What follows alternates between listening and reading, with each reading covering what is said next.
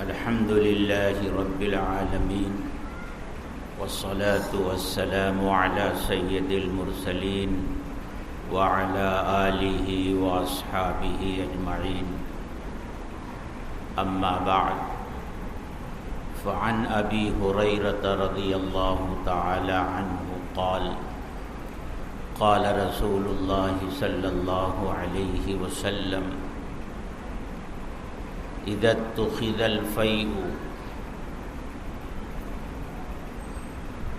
مغنما والزكاة مغرما وتعلم لغير الدين وأطاع الرجل امرأته وعق أمه وأدنى صديقه وأقصى أباه وظهرت الأصوات في المساجد إلى آخر الحديث أو كما قال عليه الصلاة والسلام۔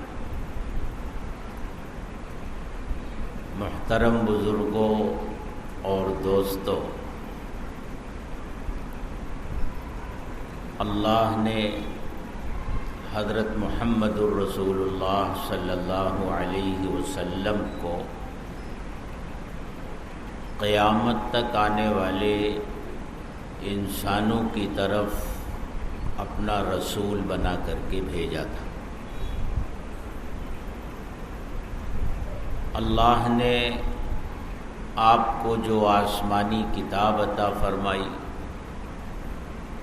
وہ قیامت تک آنے والے انسانوں کی ہدایت اور رہنمائی کے لیے کافی ہے۔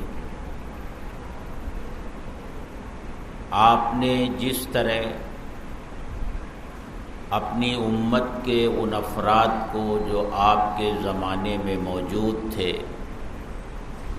ان کی تربیت فرمائی، ان کی اصلاح فرمائی،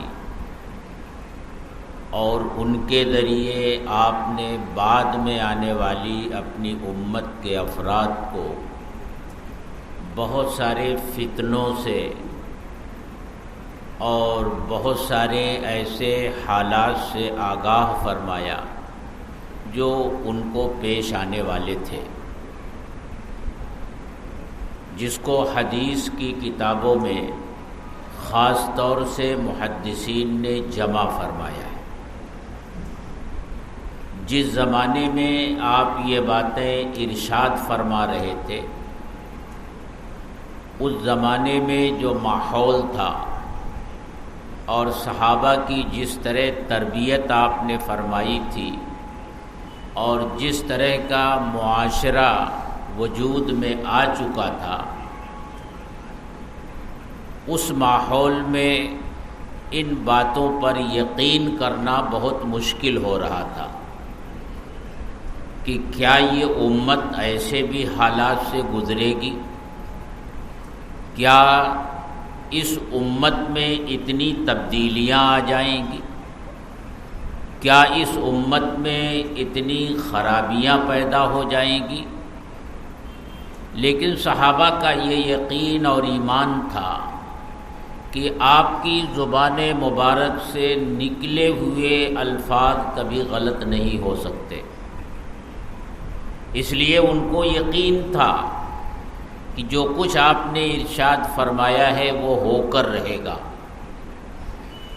لیکن جس ماحول میں آپ یہ بات ارشاد فرما رہے تھے، ایک عام آدمی کے لیے اس ماحول میں اس طرح کی باتوں پر عموماً یقین نہیں ہوا کرتا۔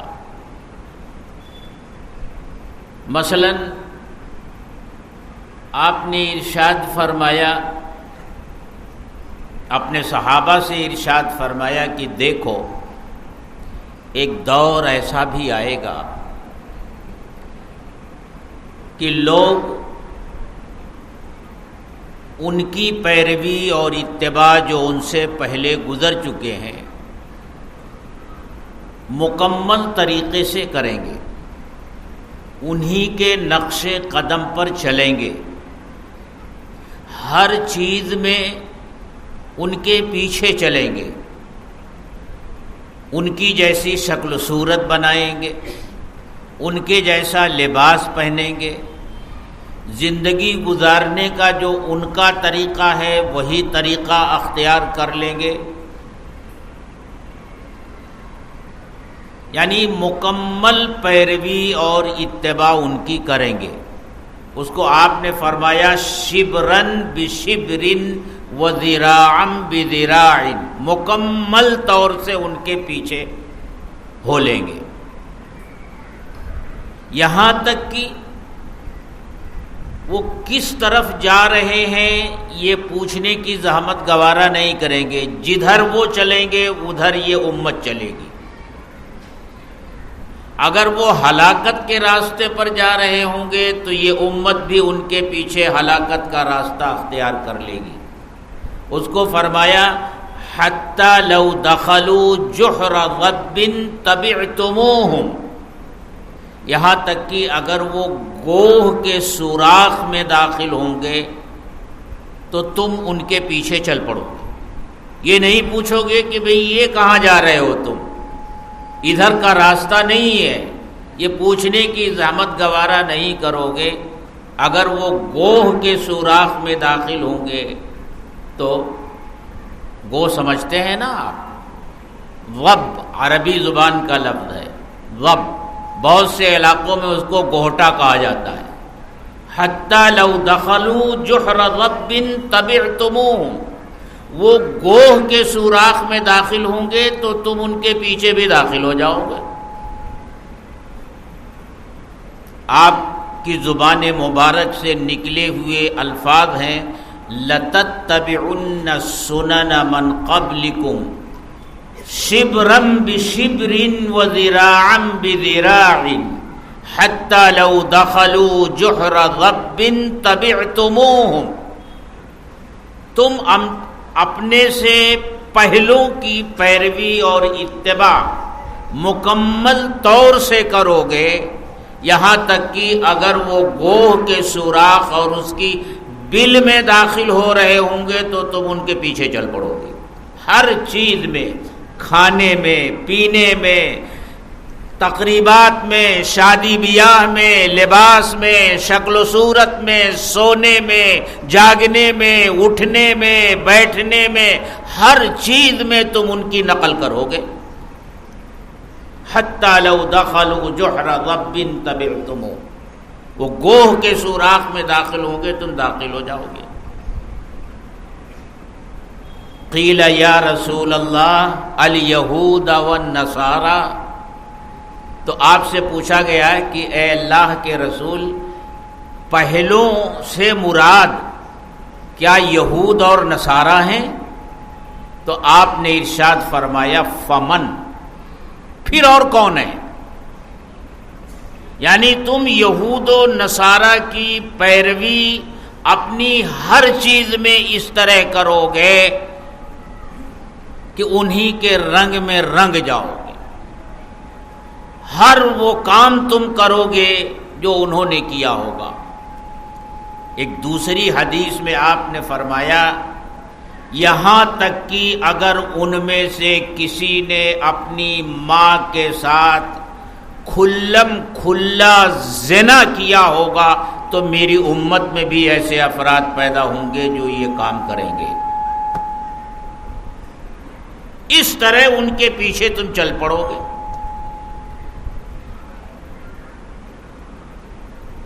آج دیکھ لیجئے امت کا رنگ ڈھنگ دیکھ لیجئے، ہر کام میں، ہر عمل میں اسی راستے پر امت جا رہی ہے، اور اسی کو ترقی، اسی کو تہذیب، اور اسی کو سب سے اچھا سمجھ رہی ہے۔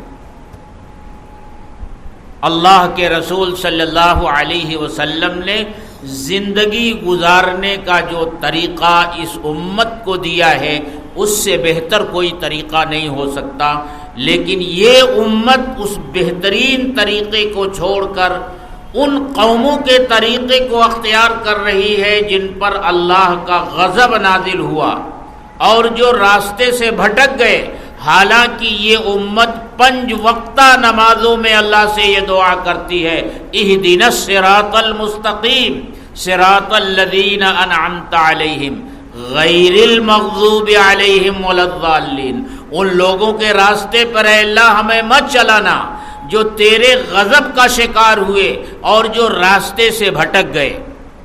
5 وقتہ نمازوں میں یہ دعا کرنے کے باوجود انہی مغضوب علیہم والضالین کے راستے پر آنکھیں بند کر کے یہ امت سر پٹ دوڑ رہی ہے، یہ پوچھنے کی زحمت بھی نہیں کہ یہ جہاں جا رہے ہیں کیا وہ راستہ تباہی کی طرف لے جاتا ہے یا کامیابی کی طرف لے جاتا ہے۔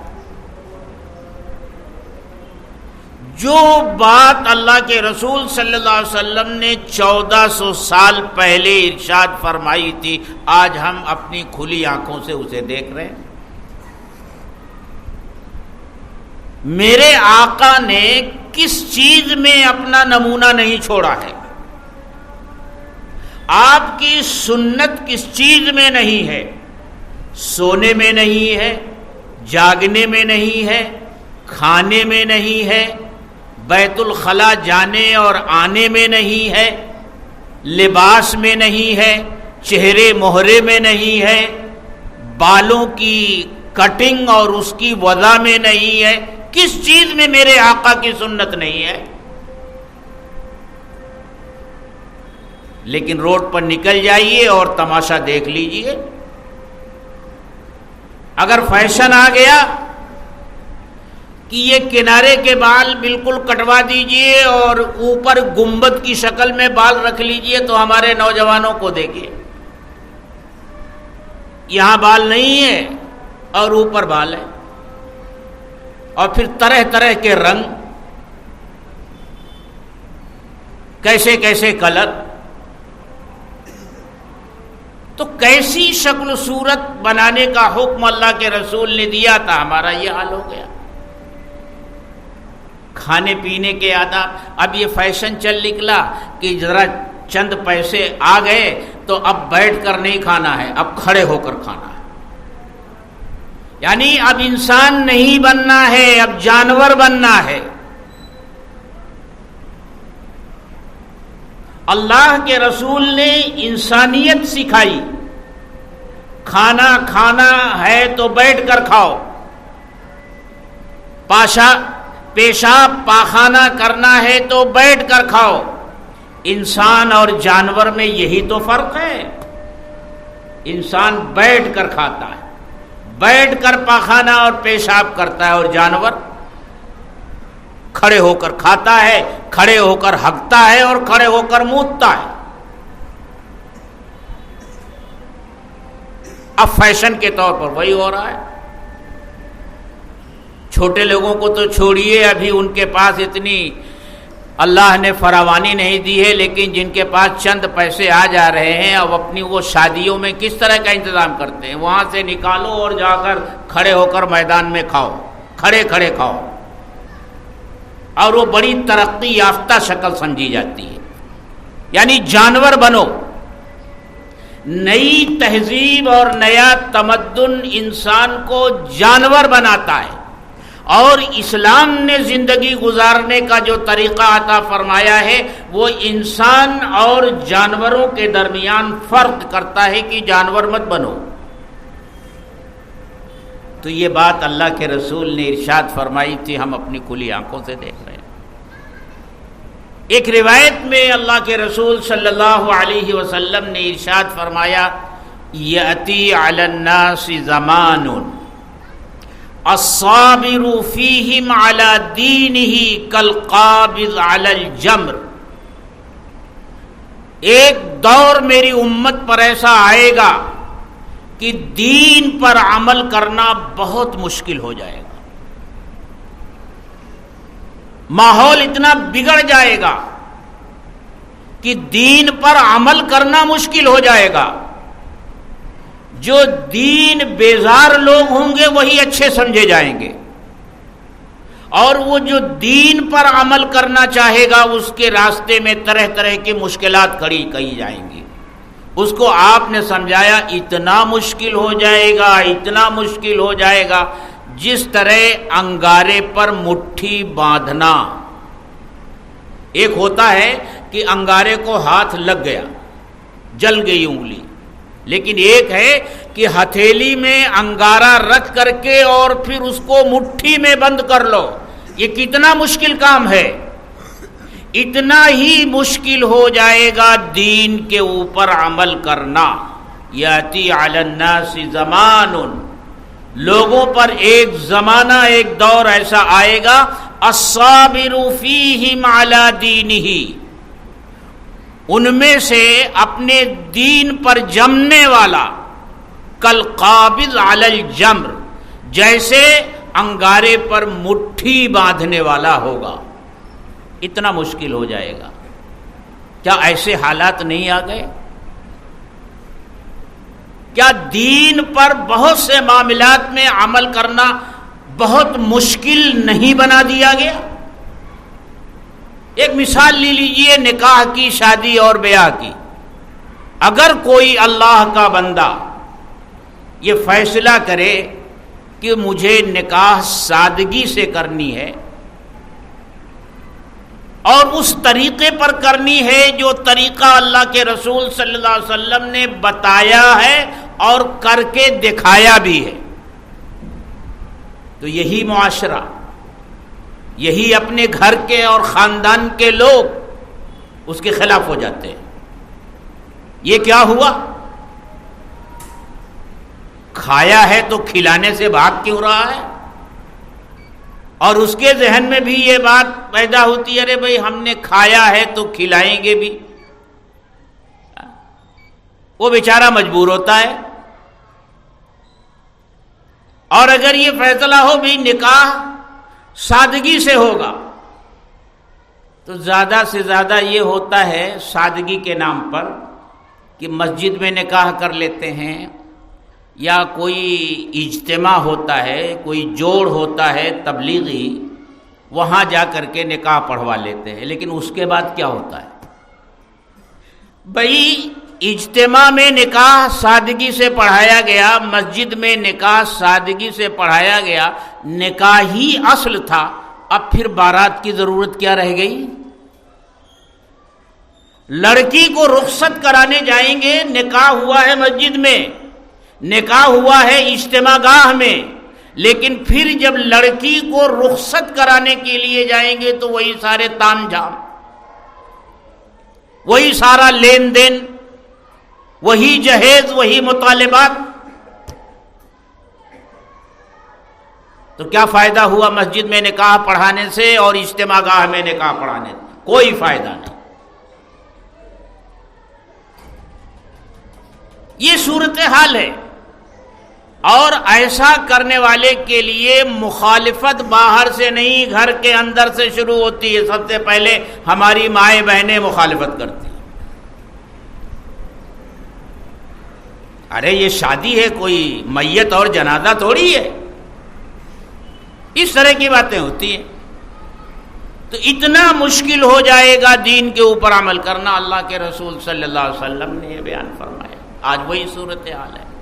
ایک بات یاد رکھیے، یہ جو ہمارے اوپر اس وقت حالات آ رہے ہیں نا، پوری دنیا میں اور خاص طور سے ہمارے ملک میں جو کچھ ہو رہا ہے، یہ بلا وجہ نہیں ہو رہا ہے۔ آپ تفصیلات جانتے ہیں، اب تو کوئی ان تفصیلات سے لا علم نہیں ہے۔ ہر ایک کے ہاتھ میں موبائل ہے، سوشل میڈیا سے ہر آدمی جڑا ہوا ہے۔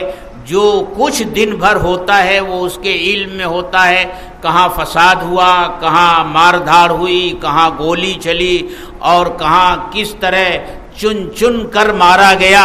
یہ ساری چیزوں کا علم ہم میں سے ہر شخص کو ہوتا ہے، لیکن یہ جو کچھ ہو رہا ہے بلا وجہ نہیں ہو رہا ہے۔ اس کی مثال آپ ایسے سمجھیں، جیسے ایک پھل ہوتا ہے نا، پھل پہلے اندر سے سڑتا ہے،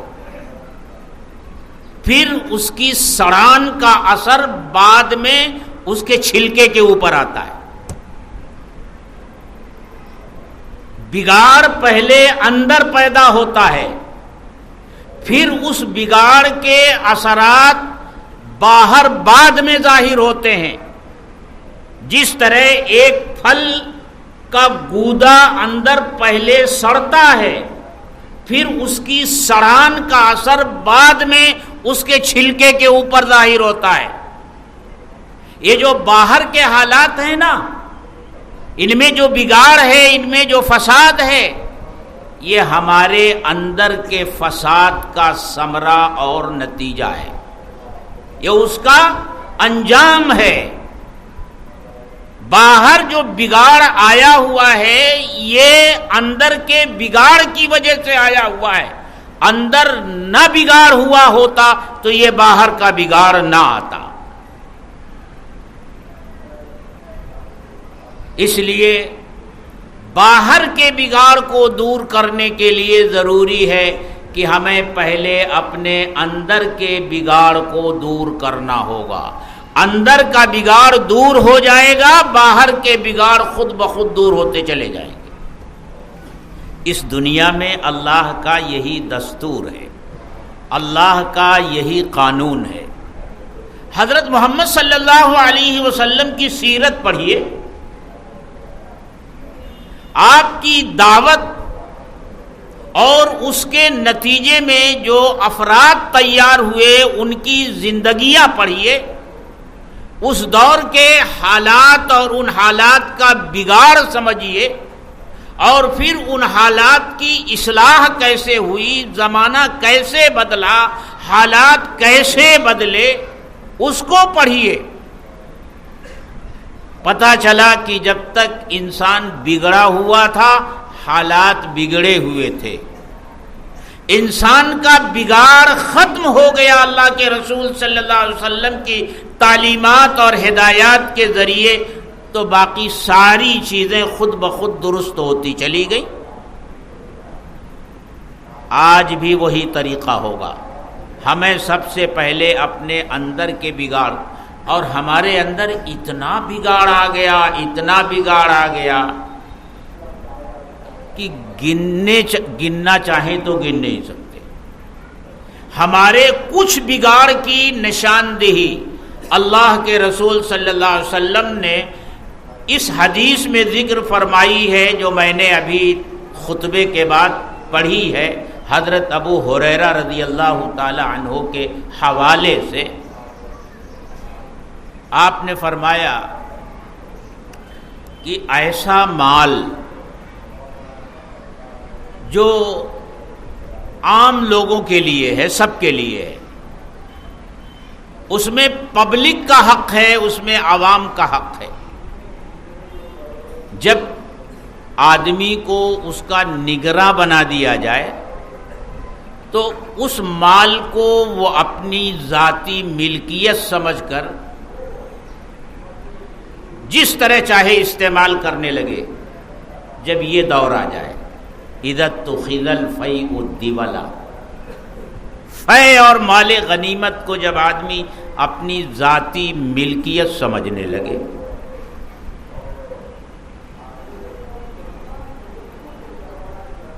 والامانۃ مغنما، اور جب کسی کے پاس امانت رکھ دی جائے تو اسے یہ سمجھے کہ یہ مال غنیمت مل گیا، اس میں خیانت کرنے لگے۔ آپ کے اسی بھیونڈی میں ایسے واقعات ہیں کہ بھئی ایک آدمی باہر کہیں کما رہا ہے، اس نے اپنے کسی رشتہ دار کو یہاں پیسے بھیجے کہ بھائی زمین خرید کر اس پر کارخانہ لگا دے، لوم لگا دے، اور جب وہ بیچارہ کئی سالوں کے بعد آیا اور پوچھا اس سے بھی کارخانہ اور لوم، تو اس نے کہا کہ وہ تو زمین میں نے اپنے نام لے لی تھی، لوم میں نے اپنے نام لگا لیا تھا، اب کما کما کر تم کو دے دوں گا۔ وہ تو بیچارہ خالی ہاتھ رہ گیا۔ یہی بھیونڈی کے واقعات ہیں، کتنے واقعات ایسے ہیں۔ ایسے بھی واقعات ہیں کہ دو بھائی ہیں، دونوں الگ الگ ہیں۔ ایک بھائی جو ہے کچھ زیادہ پڑھا لکھا نہیں ہے اور دوسرا خوب پڑھا لکھا ہے۔ یہ جو پڑھا لکھا بھائی نہیں ہے، اس کو اپنا گھر بنانے کے لیے، کارخانہ بنانے کے لیے کچھ زمین لینی ہوئی۔ اس نے سوچا کہ بھائی یہ میرا بھائی زمینوں کے بارے میں جانکاری رکھتا ہے، اس کو لے جا کر پیسہ دیا کہ بھائی میرے لیے ایک زمین خرید دے، ایسی ایسی ایسی۔ اس نے زمین خرید لی اور اس سے کہہ دیا کہ بھائی ایک زمین میں نے تیرے لیے فلاں جگہ خرید لیا، مطمئن ہے۔ کئی سال گزر گئے، ایک دن وہ گیا کہ بھائی مجھ کو اب اپنا مکان بنانا ہے، کارخانہ بنانا ہے، وہ زمین تو 10 سال کے بعد جتنا پیسہ اس نے دیا تھا اتنا پیسہ نکالا اور کہا کہ یہ بھائی تیرا پیسہ یہ ہے، وہ زمین جو تو نے لینے کے لیے کہا تھا وہ تو میں نے اپنے لڑکے کے نام لے لی تھی۔ والامانۃ مغنما، یہ جو میں کہانیاں نہیں سنا رہا ہوں، ان واقعات کو بتا رہا ہوں جو میرے علم میں آئے ہیں۔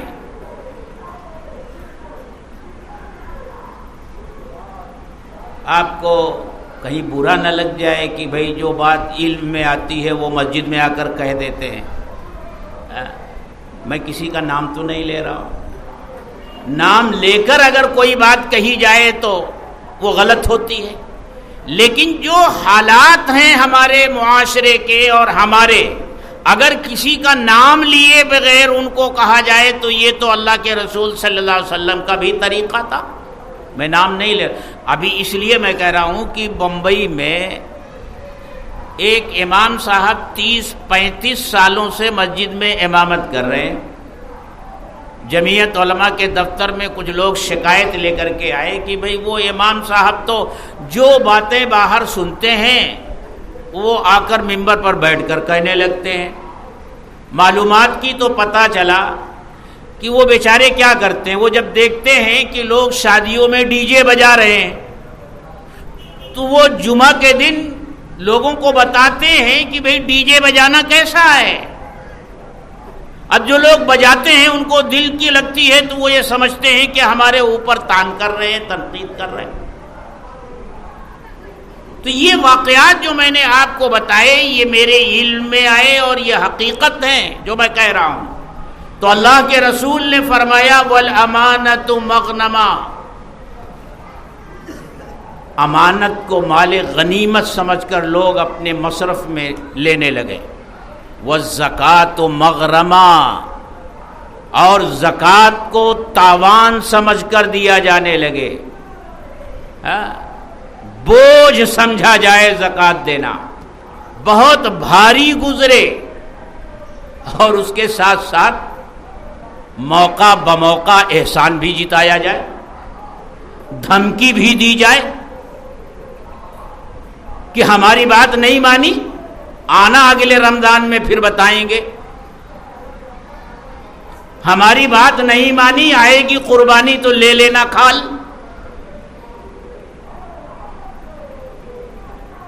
جب یہ صورتحال پیدا ہو، اور یہی ہو رہا ہے ہمارے اسی ادارے میں، یہ واقعہ پیش آیا ہے اور آتا رہتا ہے۔ یہی ایک الیکشن تھا،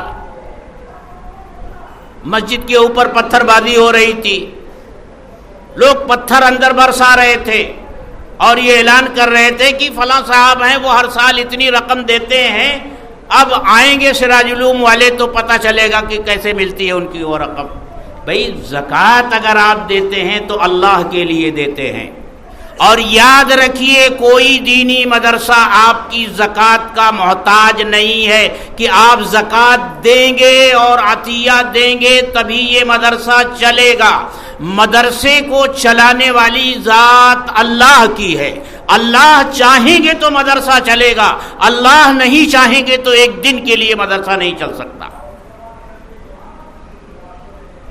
آپ کو اندازہ ہے کچھ کہ یہ جھوپڑوں میں چلنے والا یہ مدرسہ سالانہ اس کا خرچ کتنا ہے؟ 2 کروڑ روپے سے زیادہ اس کا خرچ ہے۔ ہم لوگ خود حیران رہتے ہیں، شروع سال میں جب ہوتا ہے تو اتنے پیسے آئیں گے کہاں سے، لیکن سال گزرتا جاتا ہے اور جب آخر میں حساب ہوتا ہے تو پتہ چلا کہ انتظام ہو گیا ہے اور اللہ کی طرف سے ساری چیزیں آ گئی ہیں۔ 2 کروڑ روپے اگر کوئی 10,000 دے رہا ہے، 15,000 دے رہا ہے اور وہ یہ سمجھ لے کہ میرے دینے کی وجہ سے مدرسہ چل رہا ہے، میں نہیں دوں گا تو مدرسہ بند ہو جائے گا، تو اس میرے بھائی کی خام خیالی ہے۔ اللہ ہی مدرسوں کو چلاتے ہیں اور اللہ جب تک چاہیں گے مدرسے چلیں گے، اور اللہ جس دن چاہ لیں گے مدرسے بند ہو جائیں گے۔ تو فرمایا والزکات مغرمہ، زکوٰۃ کو تاوان سمجھا جانے لگے۔ وتعلم لغیر الدین، اور علم دین دنیا کمانے کے لیے حاصل کیا جانے لگے۔ ایک آدمی اپنے بچے کو حافظ اس لیے بنائے کہ وہ امام بنے گا تو تنخواہ ملے گی۔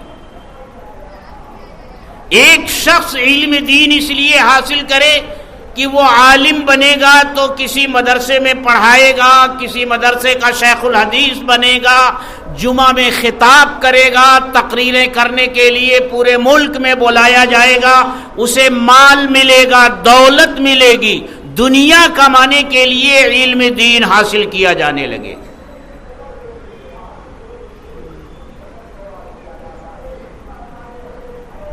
آج صورتحال کچھ ایسی ہی ہو گئی ہے۔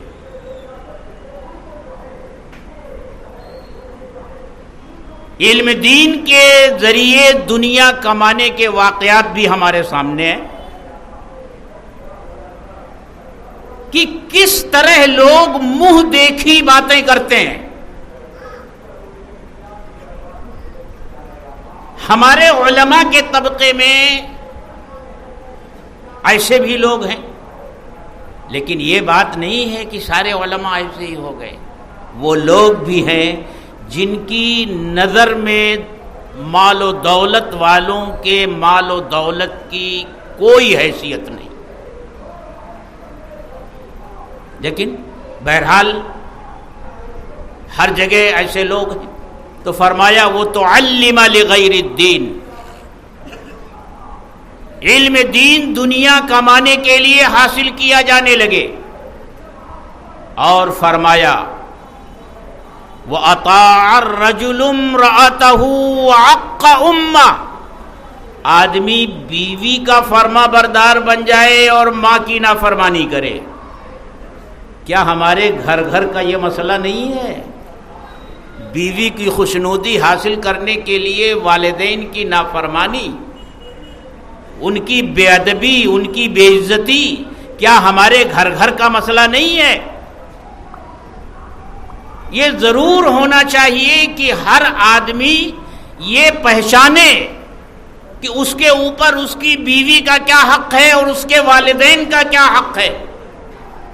والدین کے لیے نہ اپنی بیوی کے حق کو ضائع کرے اور نہ بیوی کے لیے اپنے والدین کے حق کو ضائع کرے، دونوں کے حق کو ادا کرنے والا بنے۔ لیکن فرمایا صرف بیوی کا ہو کر رہ جائے اور ماں باپ کی نافرمانی کرے۔ وَأَدْنَا صَدِيقَهُ وَأَقْصَى أَبَاهُ، دوستوں کو قریب کر لے اور باپ کو دور کر دے۔ دوستوں کا جمگٹا ہے، سیر تفریح ہو رہی ہے اور بوڑھا باپ گھر میں بیمار ہو کر کے پڑا ہوا ہے، توفیق نہیں مل رہی ہے کہ تھوڑی دیر باپ کے پاس بیٹھ کر اس کی خیریت دریافت کر لے۔ وَظَهَرَتِ الْأَصْوَاتُ فِي الْمَسَاجِدِ، مسجدوں کی بے ادبی ہونے لگے، مسجدوں کی بے حرمتی ہونے لگے، مسجدوں کو لوگ اپنے گھر کے طور پر استعمال کرنے لگے، مسجدوں کے سامان کو اپنا ذاتی سامان سمجھنے لگے، بے ادبی اور بے حرمتی ہونے لگے، آوازیں مسجدوں میں بلند ہونے لگے، چیخ و پکار ہونے لگے، بحث مباحثہ اور تکرار ہونے لگے۔ وَظَهَرَتِ الْأَصْوَاتُ فِي الْمَسَاجِدِ، فرمایا وَسَادَ الْقَبِيلَةَ فَاسِقُهُمْ، اللہ کا جو سب سے بڑا نافرمان ہے وہ قوم کا لیڈر بن جائے۔ وَكَانَ زَعِيمُ الْقَوْمِ أَرْذَلَهُمْ، اور جو ان میں سب سے ذلیل ہو وہی ان کا سردار بن جائے. وَشُرِبَتِ الْخُمُورُ، شراب علی الاعلان پیا جانے لگے. جب یہ حالات پیدا ہو جائیں، اور دیکھ لیجئے یہ حالات ہیں کہ نہیں ہے، پھر اللہ کے رسول نے آگے کیا ارشاد فرمایا؟ فَارْتَقِبُوا عِنْدَ ذَلِكَ رِيحًا حَمْرًا وَمَسْخًا وَخَسْفًا وَقَذْفًا. جب یہ حالات پیدا ہو جائیں تو سرخ آندھیوں کے چلنے کا انتظار کرو، زمین میں دھسا دیے جانے کا انتظار کرو، آسمان سے پتھروں کی بارش ہونے کا انتظار کرو، شکلیں بدل دیے جانے کا انتظار کرو، اور اس طرح حالات تمہارے اوپر آئیں گے جس طرح ایک تسبیح ہوتی ہے اس میں دانے پروئے ہوئے ہوتے ہیں، اور اس تسبیح کا دھاگا ٹوٹ جائے تو وہ دانے مسلسل ایک کے بعد دیگرے گرنے شروع ہو جاتے ہیں. اسی طرح تمہارے اوپر ایک کے بعد دیگرے حالات آنے لگیں گے. کیا بالکل یہی صورتحال نہیں ہے؟ آج ہمارے ساتھ کہیں فساد ہو رہا ہے، وہاں قتل عام ہو رہا ہے. اب تو سفر بھی محفوظ نہیں رہ گیا. جو ہماری حفاظت کے لیے ہیں وہی ہمارے قاتل بن رہے ہیں. چن چن کر کے شکل اور صورت دیکھ کر کے مارا جا رہا ہے. کیا یہ حالات نہیں ہیں؟ میں یہ کہنا چاہتا ہوں کہ یہ جو کچھ حالات باہر ہیں یہ ہمارے اندر کے جو بگڑے ہوئے حالات ہیں انہی کا نتیجہ ہے. اگر ہمارے اندر کے حالات بگڑے ہوئے نہ ہوتے، ان کی اصلاح ہوئی ہوتی اور اس طرح کی کوئی خرابی نہیں ہوتی، تو کیا پھر وہی وقت نہیں آ سکتا تھا جو پہلے ہوا ہے؟ کہ جب مسلمان بنا تھا تو اس کا ایک رعب تھا، اس کا ایک دبدبہ تھا. ایرانیوں کا لشکر جرار جو دریائے دجلہ کے اس پار تھا، اور اس طرف مسلمان فوجی تھے، صحابہ تھے، تعداد میں تھوڑے تھے، اور سپہ سالار لشکر نے لوگوں سے کہا کہ تم اللہ کے راستے میں نکلے ہو، تمہارے پاس کشتیاں نہیں ہیں، یہ دریا پار کرنے کے لیے کوئی پل نہیں ہے، لیکن گھبراؤ نہیں، تم اللہ کے راستے میں نکلے ہو، بے فکر ہو کر کے اپنے گھوڑے دریا میں ڈال دو، وہی اللہ جس کے راستے میں تم نکلے ہو تمہیں راستہ دے گا. پورا لشکر دریا میں اپنے گھوڑوں سمیت داخل ہو گیا، اور دوسرے کنارے پر کھڑا ہوا بڑا لشکر جب اس نے یہ منظر دیکھا تو یہ کہتے ہوئے بھاگ کھڑا ہوا، دیواں آمدن دیواں آمدن، ارے یہ تو دیوتا آ گئے، یہ تو دیوتا آ گئے، بھاگ گیا. اقبال نے اسی کو تو کہا تھا، دشت تو دشت ہے دریا بھی نہ چھوڑے ہم نے، بحر ظلمات میں دوڑا دیے گھوڑے ہم نے. تو میرے دوستو، ہم میں سے ہر شخص کو اپنے بارے میں فکر کرنی ہے. ہمیں ہر ایک کو اپنے اپنے حالات کی اصلاح اور درستگی کے لیے کوشش کرنی ہے، اور یہی ہے ان حالات میں ہماری ذمہ داریاں کہ ہم سب اپنے اپنے حالات درست کرنے کی کوشش کریں. اللہ تعالی ہم سب کو اس کی توفیق عطا فرمائے. وآخر دعوانا ان الحمدللہ رب العالمین. سید ولد آدم خیر الانام، اس پہ لاکھوں درود، اس پہ لاکھوں سلام.